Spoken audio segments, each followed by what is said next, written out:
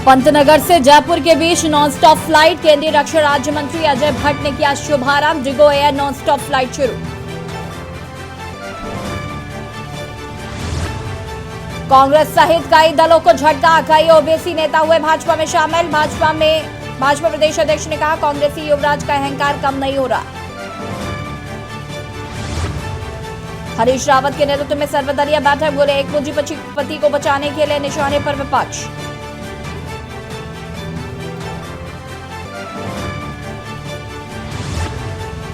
गंगोत्री में बर्फबारी। धाम से लगी पहाड़ियों ने ओढ़ी बर्फ की चादर।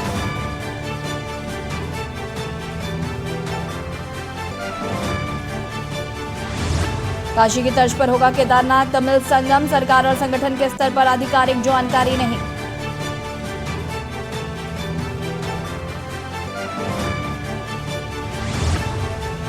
चारधाम यात्रा 3 अप्रैल से बनेंगे ग्रीन कार्ड। व्यवस्था से बाहर चलने वालों के खिलाफ आरटीओ करेगा कार्रवाई।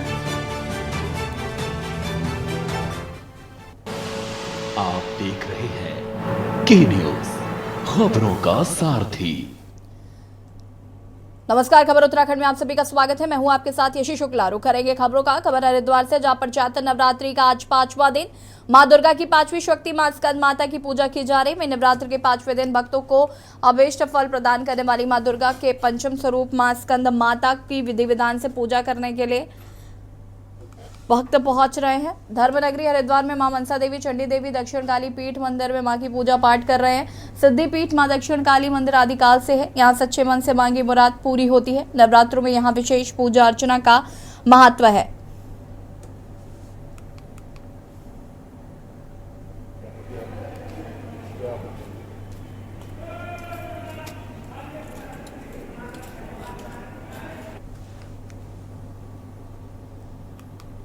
खबर डोईवाला से है, जहां पर सरकार के 1 साल पूरा होने पर 2 बड़े कार्यक्रम होंगे। इस कार्यक्रम को लेकर डोईवाला के विधायक ब्रजभूषण गैरोला की अध्यक्षता में धामी सरकार के 1 साल बेमिसाल को लेकर व्यापक रणनीति बनाई गई है। तो वहीं रायवाला में भी कैबिनेट मंत्री प्रेमचंद अग्रवाल की अध्यक्षता में होने वाले कार्यक्रम को लेकर भी अधिकारियों ने चर्चा की है। 2 कार्यक्रमों को लेकर भाजपा कार्यकर्ताओं के साथ ही क्षेत्र के लोगों में उत्साह का माहौल है।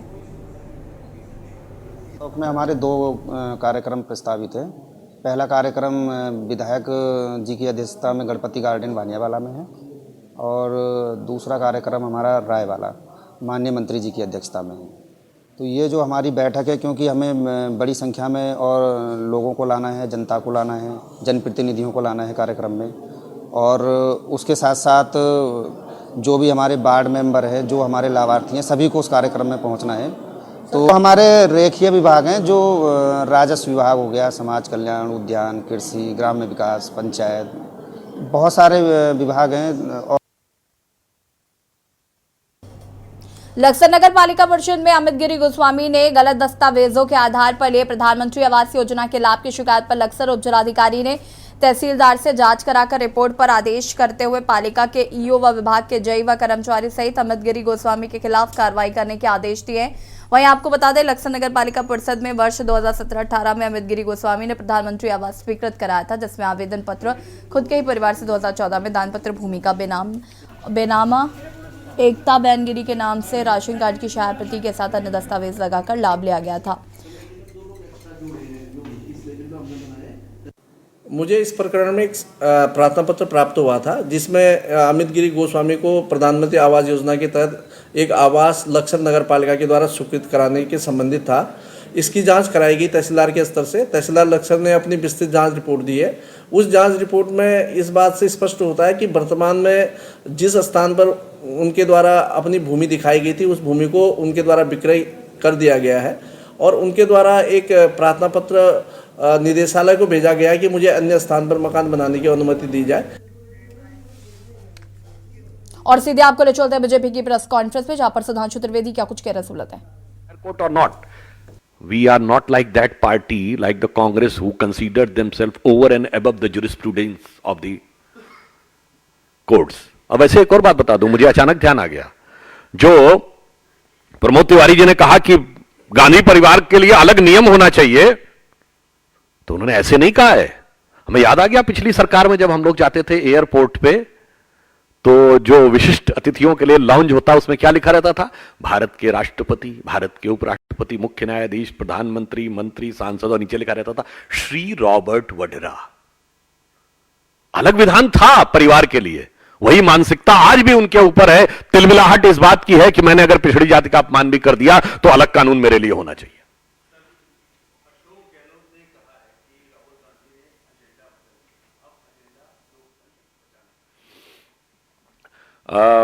वैसे तो मात्र कुछ महीने पुरानी तो बात है, पिछले साल जब एजेंडा यह था कि अशोक गहलोत को राष्ट्रीय अध्यक्ष बनाना है, और अशोक गहलोत जी ने ऐसा एजेंडा बदला कि भारत के इतिहास में पहला उदाहरण होगा कि जो पार्टी का संभावित राष्ट्रीय अध्यक्ष हो वो बागी हो जाए। तो मुझे लगता है कांग्रेस में एजेंडा कब, कैसे, किस आधार पर बदल जाता है यह तो पता नहीं, पर एक एजेंडा तय है कि भारत का अपमान करना है, मोदी जी के प्रति घृणा है, भाजपा के प्रति वैमनस्य है, और इसने कह दिया एजेंडा में एक और चीज जुड़ गई है कि पिछड़ी जातियों के प्रति भी अपमान और तिरस्कार है, और उसके ऊपर मेरा अहंकार है।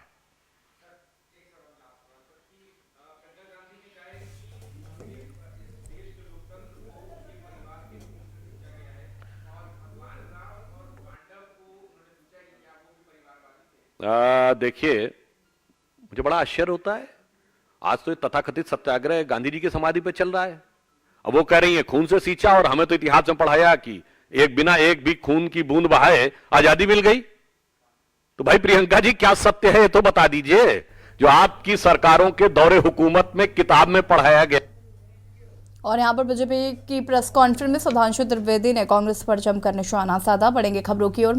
मंडल मुख्यालय पौड़ी पहुंचे पूर्व नेता प्रतिपक्ष एवं विधायक चक्राता प्रीतम सिंह, पूर्व लोकसभा प्रत्याशी मनीष खंडूड़ी तथा कांग्रेसी नेता अनुकृति गुसाई रावत ने कांग्रेस के पूर्व राष्ट्रीय अध्यक्ष राहुल गांधी की सदस्यता रद्द किए जाने पर कहा कि केंद्र सरकार ने राहुल गांधी की सदस्यता रद्द कर लोकतंत्र की हत्या की है, जिसमें कांग्रेस और आमजन में आक्रोश होना स्वाभाविक है। उन्होंने कहा कि कांग्रेस लगातार इस संघर्ष को जारी रखेगी। उन्होंने कहा कि भारत जोड़ो यात्रा से राहुल गांधी की एक छवि उभर कर आई है, जिससे भाजपा घबरा गई है। इससे केंद्र सरकार के इशारे पर राहुल गांधी की सदस्यता समाप्त की गई है, जिसको लेकर पूरे देश में प्रदर्शन देखने को मिल रहा है।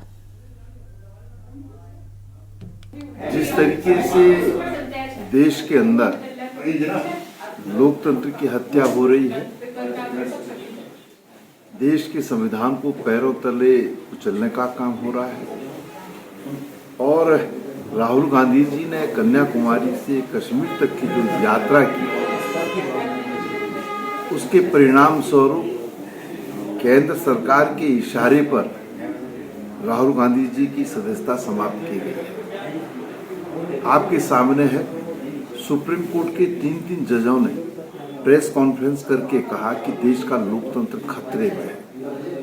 केंद्र और सुप्रीम कोर्ट में लगातार कन्फ्रंटेशन जो है वो दिखाई दे रहा है, और मैं समझता हूं कि अगर लोकतंत्र की हत्या होगी और हमारे नेता राहुल गांधी जी की सदस्यता समाप्त की जाएगी तो अगर ये समझ रहे हैं एक कि कांग्रेस वाले पीछे हट जाएंगे तो हम पीछे नहीं हटेंगे, सड़कों पर उतरे रहेंगे। 2, उनको ये समझ नहीं आ रही कि जितना वो अत्याचार करेंगे उतना रिएक्शन ज़्यादा आएगा और उतना राहुल गांधी की छवि बढ़ेगी। 3, अगर आप ये देखेंगे, अगर एक कार्य देखें जो हुआ है उसमें कानून का क्या उल्लंघन हुआ है, किसने क्या किया है, वो सबके सामने है।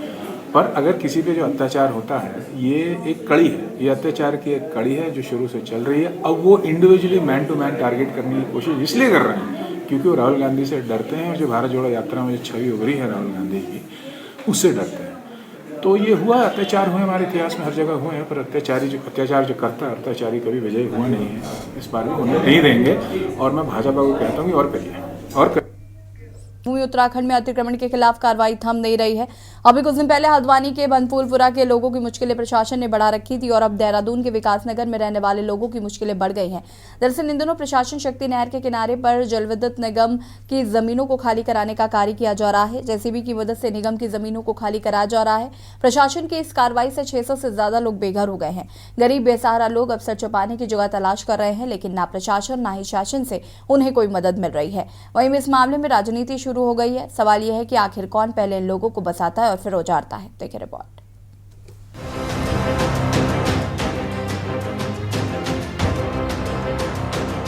देवभूमि उत्तराखंड में अतिक्रमण के खिलाफ कार्रवाई थम नहीं रही है। अभी कुछ दिनों पहले हल्द्वानी के बनभूलपुरा के लोगों की मुश्किलें प्रशासन ने बढ़ा रखी थी और अब देहरादून के विकास नगर में रहने वाले लोगों की मुश्किलें बढ़ गई हैं।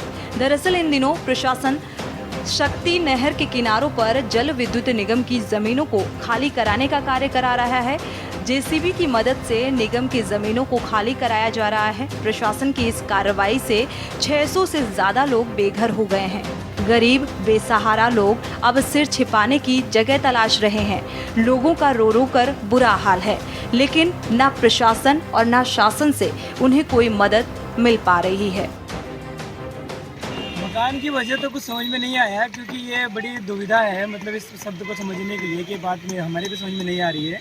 क्योंकि कुछ इधर कुछ जो अच्छे मतलब नेता वगैरह कुछ हैं यहाँ पर रहने वाले, जिनकी थोड़ी अच्छी पहुँच है, उनके घर तो नहीं टूटे हैं, लेकिन जो बेचारे गरीब रह रहे थे यहाँ पर, मतलब थोड़ा सा किसी तरह अपना जोड़ तोड़ के बनाया था किसी ने, तो बस उनको ही बस टूटे हैं सारे के सारे। ये पीछे भी छूटा हुआ है, उधर पीछे का सारे कोने छोड़े हुए हैं। और ये बस ये कि एक तरीके से ये मैसेज मिल रहा है कि साथ गरीबों को सताया जा रहा है मेरे हिसाब से। तो कहेंगे अंधी सरकार है, बदुआ लगेगी सरकार को हमारी। हमको इंदिरा हमारे आधार कार्ड ले लो, बैंक अकाउंट चेक कर लो, हम कहीं है, हमारी जमीन है कहीं, हम बसने लाएंगे तो हमें उजाड़ो, हमको नहीं आ रहे। हमारे पास तो ये मटेरियल रखने का भी जगह नहीं है, हम कहाँ जाए। हमारी बदुआ लगेगी सरकार को, कभी ना जीते कभी ना है सरकार। रोड पर हमें छावा मिलना चाहिए, जब हमारा तो छावा झेल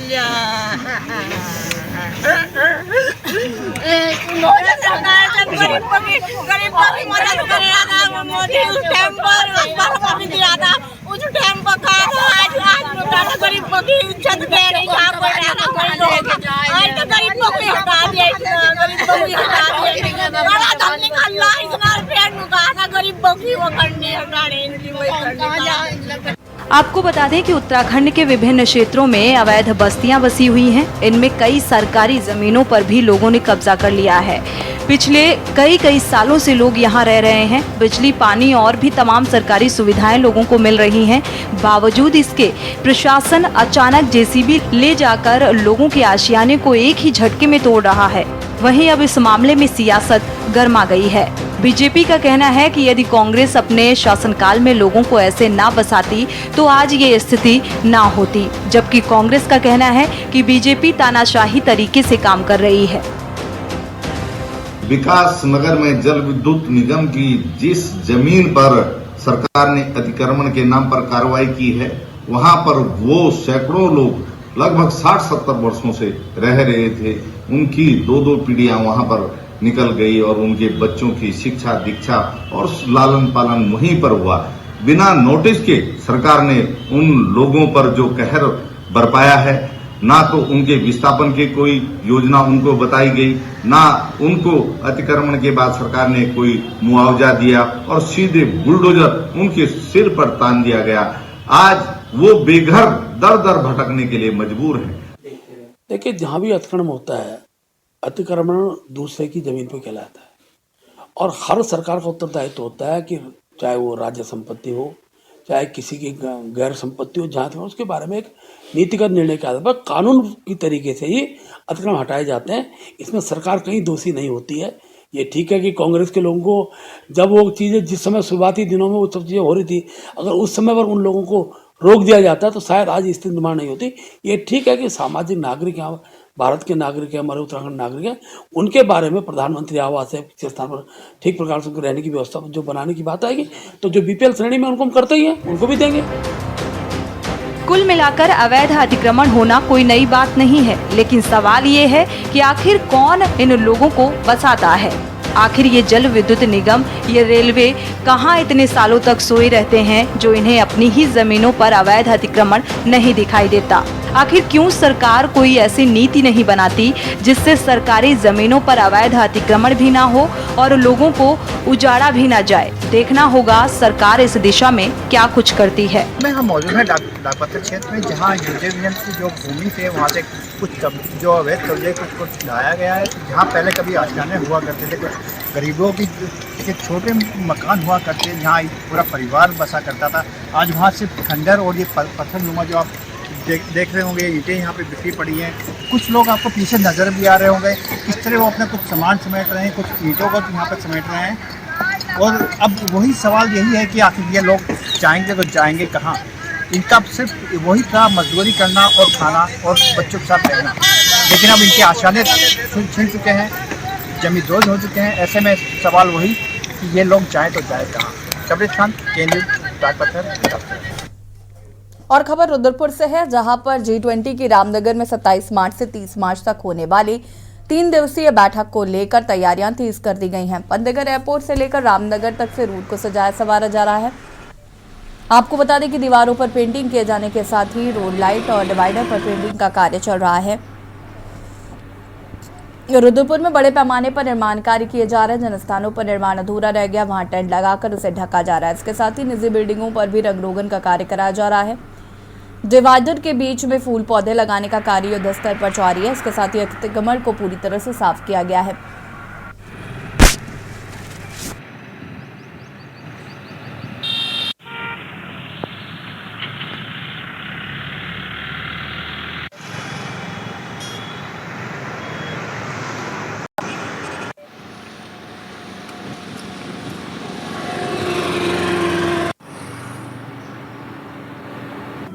देखिए, एक ये बहुत बड़ा इवेंट है और हमारे देश के लिए बहुत बड़ा सौभाग्य है कि G20 की मेज़बानी का हम लोगों को मौका मिला है। तो उस रिगार्डिंग हमारी पूरी टीम, पूरा नगर निगम के सारे कर्मचारी, अधिकारी आजकल आप देख रहे हैं उसी में ही इन्वॉल्व हैं और लगभग तैयारियां पूरी हो चुकी हैं। और कल 26 तारीख है और जब 26 तारीख मुझे लग रहा है शाम होते होते लगभग हम उम्मीद है कि नगर निगम से संबंधित जो भी तैयारियाँ हैं वो सारी तैयारियाँ पूरी हो लेंगी। कांग्रेस के पार्टी के वरिष्ठ नेता हरेंद्र बोरा ने प्रदेश सरकार की धमी सरकार पर जमकर हमला बोला और आम जनता को सपने झूठे दिखाने वाली सरकार करार दिया। उन्होंने कहा कि प्रदेश के मुख्यमंत्री मुश्कर सिंह धामी बीते 1 साल से कार्यकाल में सिर्फ झूठे आश्वासन और सपने दिखाने का काम कर रहे हैं। एक निजी कार्यक्रम में लालकुआ पहुंचे कांग्रेस के वरिष्ठ नेता हरेंद्र बोरा ने कहा कि प्रदेश में बढ़ रही महंगाई के कारण आम आदमी का जीना मुहाल हो गया है। उन्होंने कहा कि भाजपा सरकार के 1 साल में प्रदेश के अपराध खनन, महिला अपराध, पेपर लीक जैसी घटनाएं बढ़ी हैं। कानून व्यवस्था ठप हो चुकी है। बेरोजगारी सीमा चरम पर है। उन्होंने कहा कि युवाओं को सीबीआई जांच के बावजूद कार्रवाई न करना सरकार पर सवाल उठना काफी है। सरकार अपने जो है एक हिटलर शाही में आबादा हो गई है। यहाँ पर जितने भी पेपर हो रहे हैं आप देख रहे हैं, यहाँ पर सारे पेपर जो है आउट हो जा रहे हैं। लाखों रुपए लेके जो बच्चे पढ़ने लिखने वाले बच्चे हैं उनका भविष्य चौपट हो जा रहा है। वो लोग एग्ज़ाम दे के आ रहे हैं, पता लग रहा थोड़ी देर में शाम को पता लग रहा ये पेपर भी आउट हो गया। तो ये सरकार चला रहे हैं, मजाक कर रहे हैं। ऐसे में तो जो है इनका, हम तो ये इनसे मांग करते हैं कि भाई आप गद्दी छोड़िए और कांग्रेस को सत्ता दीजिए। कांग्रेस ने यहाँ पर बहुत अच्छी सरकार पहले चलाई है और अच्छी सरकार यहाँ पर इसी प्रकार वो चलाएगी। और देखिए, युवाओं के भविष्य से खिलवाड़ करना एक बहुत ही गलत है।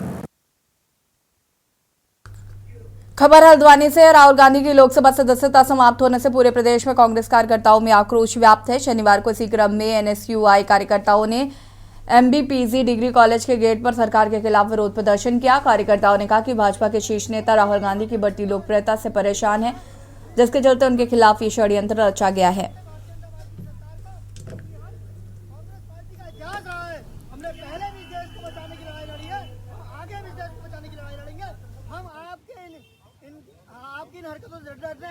मोदी सरकार पूरे देश में एक तानाशाह का रवैया अपना के बैठी है और हिटलरशाही जमा रही है। लोग कहीं ना कहीं देखिए ना आप कि जिस तरफ से एक जनता के द्वारा सांसद को चुना जा रहा है कि लाखों वोट दिए जा रहे हैं, उसके बाद भी वोट को चुन के हम सदन में भेज रहे हैं, सांसद में भेज रहे हैं और ये लोकतंत्र की हत्या करके, ये दुरुपयोग करके, सरकार का दुरुपयोग करके ये हमारे नेता राहुल गांधी जो लगातार इस देश के युवाओं की और मजदूर और गरीब की आवाज, तबके की आवाज को उठा रहे हैं और सिर्फ और सिर्फ मोदी सरकार अपने उद्योगपति मित्रों को बचाने का काम कर रही है। जिस प्रकार से कल हमारे नेता माननीय राहुल गांधी जी की सदस्यता रद्द करी गई है, उसके विरोध में आज एनएसयूआई पूरे प्रदेश भर में यह विरोध प्रदर्शन कर रही है।